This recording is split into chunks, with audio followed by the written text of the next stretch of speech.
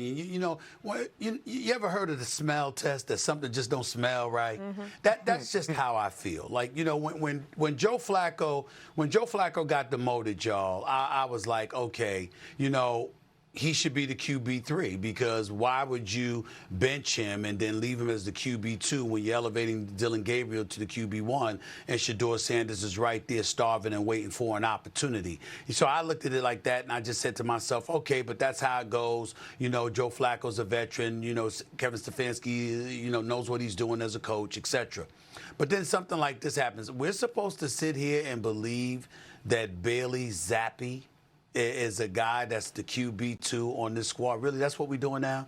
I just find that to be a bit fishy. And so, Dylan Gabriel obviously is your QB1. He's a guy that has earned the opportunity to do that. Mina pointed out last week, accurately so, he had a better performance in the preseason than Shedeur Sanders did. I get that part.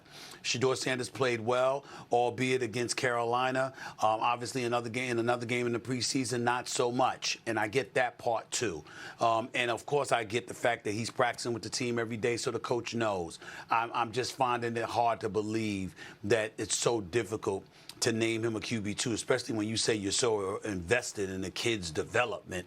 Well, Dylan Gabriel, even though he's played far significantly more in college, like 64 games in college over a 6-year period, I get that part.